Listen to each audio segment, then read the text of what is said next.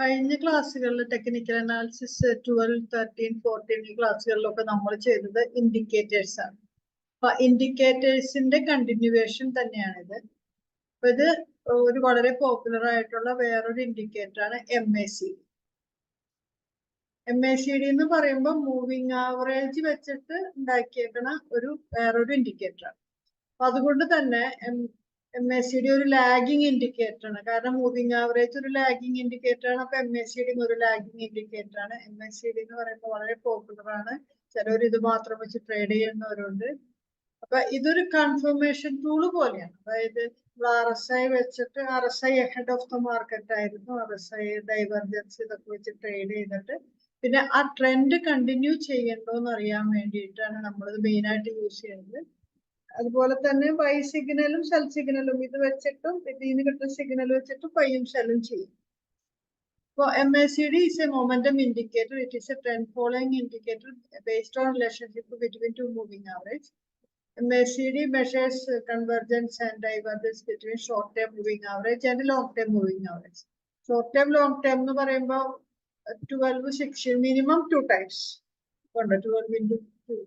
12, 24. Minimum 2 times ആയിട്ടുള്ള രണ്ട് moving average ആണ് സാധാരണ എടുക്കുന്നത്. 12 26 ആണ്. ഇത് സിഗ്നൽ ഡേ എന്ന് പറയുന്നത് 9 ഡേ മൂവിങ് ആവറേജ്.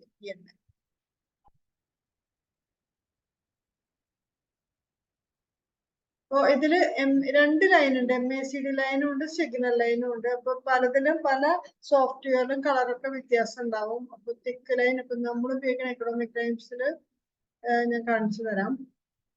ഇതൊക്കെ ഇതിന്റെ കാൽക്കുലേഷൻ ആണ്. പക്ഷെ ഇതൊക്കെ നമ്മൾ എങ്ങനെയാണ് വർക്ക് ചെയ്യണേന്നുള്ളത് മാത്രം നമ്മൾ പഠിച്ചിട്ടുണ്ട്. MACD ലൈൻ ഉണ്ട്, സിഗ്നൽ ലൈൻ ഉണ്ട്, പിന്നെ സീറോ ലൈൻ ഉണ്ട്. ഈ 3 ലൈൻ നമ്മൾ നോക്കിയാൽ മതി. നമുക്കത് എങ്ങനെ എടുക്കണേന്ന് ഞാൻ കാണിച്ചു തരാം.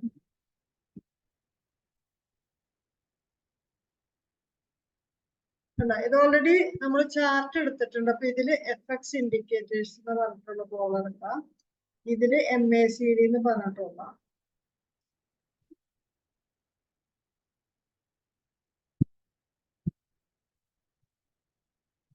ഇതിലുണ്ട്. ഇങ്ങനെ വരും. ഇതില് 2 ഫോംസ് ഉണ്ട്. ഇത് MACDയുടെ ലൈൻ ഫോം, ഇത് ഹിസ്റ്റോഗ്രാം ഫോം. ഹിസ്റ്റോഗ്രാം നമ്മള് ചെറിയ ക്ലാസ്സുകൾ സ്കൂൾ ലെവലിലൊക്കെ പഠിച്ചിട്ടുണ്ടല്ലോ. അത് ഹിസ്റ്റോഗ്രാം ലെവൽ ടൈപ്പാണ്. ഇത് MACD ലൈൻ ഫോം ആണ്. ആദ്യം നമുക്ക് തന്നെ ലൈൻ ഫോം പഠിക്കും. ഇത് കണ്ടോ, ഇതിന് ബ്ലൂവും റെഡും ഉണ്ട്. അപ്പൊ ബ്ലൂ ലൈൻ എന്ന് പറയുന്നതാണ് MACD ലൈൻ. അതുപോലെ തന്നെ റെഡ് ലൈൻ എന്ന് പറയുന്നതാണ് സിഗ്നൽ ലൈൻ.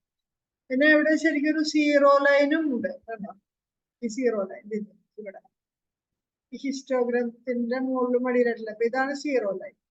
അപ്പൊ ഫസ്റ്റ് മെത്തേഡില് ഈ ബ്ലൂ ലൈൻ എപ്പോ റെഡ് ലൈനെ ക്രോസ് ചെയ്യുന്നത്, അതായത് MACD ലൈൻ എപ്പോ signal line cross above buy, പിന്നെ cross below MACD line cross below signal line sell. അതുപോലെ തന്നെ എബോവ് സീറോ ലൈൻ ആണെങ്കിലും ബൈയാണ്, എബോവ് സിഗ്നൽ ലൈൻ ആണെങ്കിലും ബൈയാണ്. അപ്പോൾ പക്ഷെ എബോവ് സിഗ്നൽ ലൈനാണെങ്കിലും ഇവിടെ വെച്ച് തന്നെ നമുക്ക് MACD ലൈൻ ക്രോസ് ചെയ്തു. പക്ഷെ ഇവിടെ എബോവ് സീറോ ലൈനും കൂടി ഇവിടം വരെ കണ്ടോ, ഇവിടം വരെ ബൈയാണ് അക്കോർഡിംഗ് ടു MACD. അപ്പൊ ഇവിടെ നിന്ന് തുടങ്ങി ഇവിടം വരെ ബൈയാണ് ഹോൾഡ് ചെയ്യാം. പക്ഷെ ഇവിടെ നിന്ന് തുടങ്ങി കിട്ടണ്ട. പക്ഷെ ഇവിടെ കൺഫേം ആയി. ഇത് കഴിഞ്ഞ് വീണ്ടും സീറോ ലൈൻ്റെ എബോവ് പോയപ്പോ ഒന്നും കൂടി കൺഫേം ആയി. പിന്നെ ടിക്സ് ഡൗൺ അല്ലെങ്കിൽ ടേൺ ഡൗൺ അല്ലെങ്കിൽ ക്രോസ് ബിലോ. ഇത് കണ്ടോ, ഇത് ഇങ്ങനെ അപ്പ് സൈഡ് പോയിട്ട് അത് ഇങ്ങനെ ഡൗൺ ആയിട്ട് ചെയ്തില്ലേ, അതുകൊണ്ടാണ് ആ കർവ് ഡൗൺ ആയില്ലേ. അപ്പൊ അപ്പോഴാണ് നമ്മൾ അത് സെല്ലിങ് വരുന്നത്. അപ്പൊ blue line cross above red line, അല്ലെങ്കിൽ MACD line cross above signal line buy MACD line cross below signal line. അതൊരു മെത്തേഡ്. പിന്നെ അല്ലെങ്കിൽ ഈ സീറോ ലൈനിന്റെ എബോവ് ആണെങ്കിൽ ബൈ സീറോ ലൈനിന്റെ ബിലോ ആകുമ്പോ സെൽ. സീറോ ലൈൻ മുകളിലായിരുന്നിട്ട് സീറോ ലൈനിലേക്ക് ഇവിടെ വെച്ച് തന്നെ സെല്ലാണെങ്കിലും കണ്ട, ഇവിടെ നിന്ന് തുടങ്ങി സെല്ല് വന്നെങ്കിലും ഇവിടെ ഒന്നും കൂടി കൺഫേം. ഇനി ഇതിന്റെ വേറൊരു ഫോമാണ് ഹിസ്റ്റോഗ്രാം. ഒന്നില്ലെങ്കിൽ നമുക്ക് MACD ലൈൻ ഫോം ഫോളോ ചെയ്യാം, അല്ലെങ്കിൽ MACD ഹിസ്റ്റോഗ്രാം ഫോളോ ചെയ്യാം. ഏതായാലും കുഴപ്പമില്ല. ഹിസ്റ്റോഗ്രാം കണ്ടോ, ഈ സീറോ ലൈൻ ഇപ്പൊ എബോവ് സീറോ ലൈനില് ബാറുകളാണത്, ബാറുകൾ പോലെ ബ്ലൂ ബാർ റെഡ് ബാർ അത് അറിയാൻ വേണ്ടിയിട്ട് ചെയ്തിരിക്കുന്ന കളറാണ്. ഇത് കണ്ടോ, ഇവിടെ വെച്ചിട്ട് zero histogram cross above zero line buy, അത് കഴിഞ്ഞ് അപ്സൈഡില് എബോവ് സീറോ ലൈൻ എപ്പോ ഇവിടെ ടിക്സ് ഡൗൺ കൊണ്ടോ, ഇത് കർവ് ഡൗൺവേർഡ് ആയിട്ട് ബെൻഡ് ചെയ്തു, അപ്പോഴാണ് നമുക്കിവിടെ സെല്ല് വരുന്നത്. അതുപോലെ തന്നെ ഇവിടെ ബിലോ സീറോ ലൈൻ സെല്ല് വന്നിട്ട് ഇവിടെ എപ്പോ ടിക്സ് അപ്പ്, ഇവിടെ ചെറിയൊരു ടിക്സ് അപ്പ് കിട്ടിയിട്ടുണ്ട്, അതായത് ചെറുതായിട്ട് കളഞ്ഞു, പിന്നെ ഇങ്ങനെ. അപ്പൊ ഇത് കഴിഞ്ഞ് ടിക്സ് അപ്പ് ആകുമ്പോഴാണ് പയ്യാണ്. അപ്പൊ ഇവിടെ വെച്ച് സെല്ലിങ് വന്നിട്ട് പിന്നെ എപ്പോഴും പയ്യാണ് ടിക്സ് അപ്പ്. ഇവിടെ മുകളില് ഈ ഹിസ്റ്റോഗ്രത്തിന്റെ ഇത് ടിക്സ് ഡൗൺ ആകുമ്പോൾ സെല്ലായി, പിന്നെ ഇവിടെ ടിക്സ് അപ്പ് ആകുമ്പോൾ പയ്യായി. അത് ഒരു മെത്തേഡ്. പിന്നെ എബോവ് സീറോ ലൈൻ ക്രോസ് ചെയ്യുമ്പോൾ പയ്യായി, ബിലോ സീറോ ലൈൻ ക്രോസ് ചെയ്യുമ്പോൾ സെല്ലായി. ഇതാണ് ഇത് വെച്ചിട്ട്.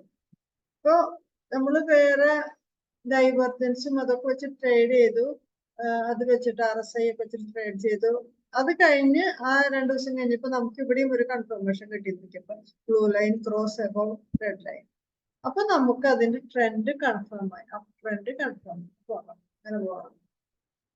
അപ്പൊ അതാണ് ആദ്യം RSI ലീഡിങ് ഇൻഡിക്കേറ്റർ ആണെങ്കിൽ MACD ഒക്കെ ലാഗിങ് ഇൻഡിക്കേറ്റർ. ലാഗിങ് ഇൻഡിക്കേറ്റർ എന്ന് പറയുന്നത് കൺഫേം തന്നെ. അപ്പൊ നമുക്ക് ആദ്യം RSI വെച്ചിട്ട് ട്രേഡ് ചെയ്യാം, അത് കഴിഞ്ഞിട്ട് ഇത് ഹോൾഡ് ചെയ്യാൻ വേണ്ടിയിട്ട് MACD ഉപയോഗിക്കും.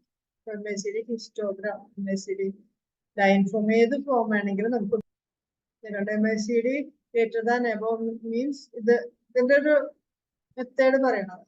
MACD less than 0. 2 types crossover. When MACD line cross above signal line, അതാണ് first cross over type. MACD line cross below അതിന്റെ വൈയും ശരിയും. പിന്നെ MACD line cross above central line zero line, central line zero line by, ഇതാണ് 2 type cross over. MACD line cross above signal line, അതുപോലെ തന്നെ MACD line cross above zero line. Histogram ഇത് തന്നെ. ഇതിന്റെയൊക്കെ calculation ഒക്കെയാണ്, നമുക്ക് അതൊക്കെ ഇത് ചെയ്തത്. Histogram bars are wider above zero. അപ്പൊ ഹിസ്റ്റോഗ്രാം ബാറുകളുടെ ആ ഹൈറ്റ് കൂടുന്തോറും സ്ട്രെങ്ത് ആണ് കാണിക്കുന്നത്. അപ്പ് ട്രെൻഡ് ആയാലും ഡൗൺ ട്രെൻഡ് ആയാലും more strength. Above zero line ആകുമ്പോൾ ഫുള്ളിഷ് സ്ട്രെങ്ത്, അത് വൈഡർ ആകുമ്പോൾ more bullish. When histogram bars wider below zero line means bearish strength. If MACD histogram is below central line, buy when MACD at stop falls and ticks up. കണ്ടോ, ഇവിടെ stop fall ചെയ്തിട്ട് ടിക്സ് up, അതാണ് പറയുന്നത്. Stop fall ticks up. MACD line was below zero line and ഇവിടെ കണ്ടോ, ഇവിടെ follow ചെയ്യാണ്. Stop fall and ticks up, അപ്പൊ buy. MACD line falls, stop falls and ticks up by. Please stop loss below latest minor low. ഞാൻ പറഞ്ഞുതരാം എന്താണ് latest minor law.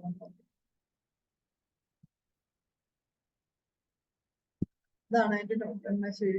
Above central sell short. Sell short the short sell when this one rising and ticks up. അതായത് above rise ചെയ്തിട്ട് ticks down. ഞാൻ പറഞ്ഞ പോലെ തന്നെ ഇവിടെ above ആയിരുന്നു rises and ticks started falling, ticks down.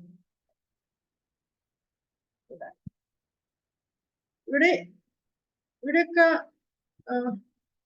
ഇവിടെ വെച്ച് നമുക്ക് ഒരു ഹിന്റ് കിട്ടി. ഏത്?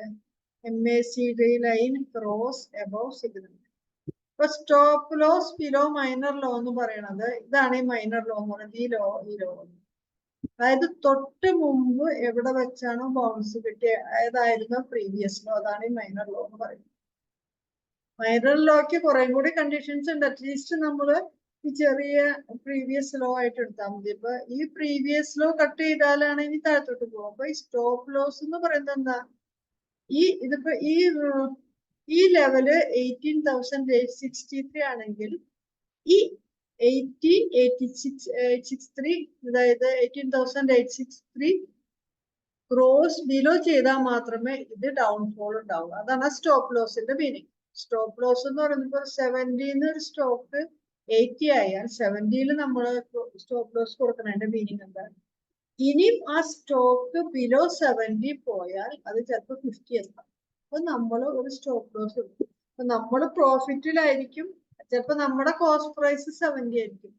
ഇപ്പൊ 80 എത്തിയിട്ട് നമ്മൾ വിചാരിക്കേണ്ട മുകളിലോട്ട് പോകണം. പക്ഷെ നമ്മൾക്ക് റിസ്ക് എടുക്കാൻ വയ്യ. എന്താന്ന് വെച്ചാൽ നമ്മുടെ ക്യാപിറ്റൽ എപ്പോഴും ക്യാപിറ്റൽ ഇറോഷൻ സംഭവിക്കാൻ പാടില്ല. ക്യാപിറ്റൽ പ്രൊട്ടക്ട് ചെയ്യും. അപ്പൊ അതിന് വേണ്ടിയിട്ട് നമ്മൾ എന്ത് ചെയ്യും? നമ്മുടെ കോസ്റ്റ് പ്രൈസ് ചില സമയത്ത് നമ്മുടെ സ്റ്റോപ്പ് ലോസ്. അപ്പൊ 70 സ്റ്റോപ്പ് ലോസ് കൊടുക്കുന്നതിന്റെ മീനിങ് എന്താ? ഇത് 70 ക്രോസ് ബിലോ, അതായത് 70 ക്രോസ് ചെയ്താൽ പിന്നെ നമ്മൾ എക്സിറ്റ് ചെയ്യുക. കാരണം എന്താ? പിന്നെ എവിടെ വേണമെങ്കിലും എത്താം. അപ്പൊ നമ്മുടെ കേസിൽ നമ്മൾ ക്യാപിറ്റൽ പ്രൊട്ടക്ട് ചെയ്യും. ശരിക്കും പറഞ്ഞാൽ ക്യാപിറ്റൽ നമ്മുടെ കോസ്റ്റ് പ്രൈസ് അല്ല സ്റ്റോപ്പ് ലോസ്. ഈ ടെക്നിക്കൽ സ്റ്റോപ്പ് ലോസസ് ഉപയോഗിക്കും. ഇപ്പൊ ഉണ്ടോ ഈ ഇവിടെ ക്രോസ് ചെയ്ത് കഴിഞ്ഞാൽ ഇതാണ് സ്റ്റോപ്പ് ലോസ്. അതുപോലെ തന്നെ ഇവിടെ നമ്മൾ ബൈ ചെയ്യണമെങ്കിൽ ഇതാണ് സ്റ്റോപ്പ് ലോസ്. കണ്ടോ? അപ്പൊ അങ്ങനത്തെ ടെക്നിക്കൽ സ്റ്റോപ്പ് ലോസുകളാണ് ശരിക്കും ഉപയോഗിക്കേണ്ടത്. പിന്നെ പ്രൊട്ടക്റ്റീവ് ടൂൾസ്, ഹെഡ്ജിങ് ടൂൾസ് ഒക്കെ ഉണ്ട്. അത് നമ്മൾ ഫ്യൂച്ചേഴ്സ് ആൻഡ് ഓപ്ഷൻ ചെയ്യുമ്പോഴൊക്കെ നമ്മൾ പറഞ്ഞുതരാം. അപ്പൊ അതൊക്കെ വെച്ചിട്ട് ട്രേഡ് ചെയ്യാം. ഇത് ഇത്രയൊക്കെ ഉള്ളൂ.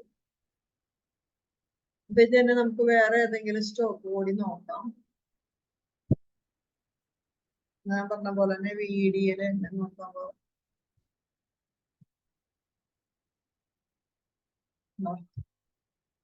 ഇവിടെ വെച്ച് ഇത് ക്രോസ് ചെയ്തു. ഇതൊക്കെ ഓരോ ചെറിയ ചെറിയ അവസരങ്ങളുണ്ടായിരുന്നു. അതിലൊക്കെ ക്രോസ് ചെയ്തു. ഇവിടെ നോക്കി, ഇവിടെ cross above why above 0 line എല്ലാ കണ്ടീഷനും സാറ്റിസ്ഫൈ ആണ്. കണ്ടു ഇവിടത്തെ വൈഡ് ഹിസ്റ്റോഗ്രാം വൈഡാണ്. ബാറുകൾ വൈഡാണ്. കണ്ടാണ്. അപ്പൊ അത് ഓക്കെ, ഇത് ശരിക്കും ഇത് ക്രോസ് ബിലോ ആവണേന് മുമ്പ് തന്നെ ഇത് സെല്ലാവും. പക്ഷെ ഇത് വെച്ച് കൺഫേം ചെയ്യുമ്പോഴേക്കും ഓൾറെഡി ഇപ്പൊ 420 ആണെങ്കിൽ ഒരു 410 400 അടുത്ത് എത്തിയിട്ടായിരിക്കും ഇത് ക്രോസ് ബിലോ ആവാം. അപ്പൊ നമ്മള് ആദ്യം RSI വെച്ചിട്ടൊക്കെ ട്രേഡ് ചെയ്യുക. കാരണം എന്നാലും നമുക്ക് കുറച്ചും കൂടി പീക്കിൽ കിട്ടുള്ളൂ. അപ്പൊ നമുക്ക് 420 എന്നുള്ളത് എക്സാക്ട് 420 കിട്ടിയില്ല. ഒരു 415 ഒക്കെ കിട്ടണമെങ്കിൽ RSI വെച്ചിട്ട് ട്രേഡ് ചെയ്യാം. എന്നിട്ട് പിന്നെ MACD നമ്മൾ വാച്ച് ചെയ്യാം. എല്ലാം കൂടി നമ്മളൊരു കോമ്പിനേഷൻ വെച്ചിട്ട് നമ്മൾ എപ്പോഴും യൂസ് ചെയ്യാം. ഇവിടെ ഒന്നും ഇത്രയും വലിയ ടോൾ ബാറുകൾ വന്നിട്ടില്ല. കണ്ടോ? ഇതൊക്കെ ആ സ്റ്റോക്കിന് ഇപ്പോഴുള്ള ബുള്ളിഷ് സ്ട്രെങ്ത് ആണ് കാണിക്കുന്നത്. അപ്പൊ ഇതുപോലെ നമ്മൾ MACD ക്ലോസ് ചെയ്തിട്ട് നിങ്ങൾ ചെയ്തു.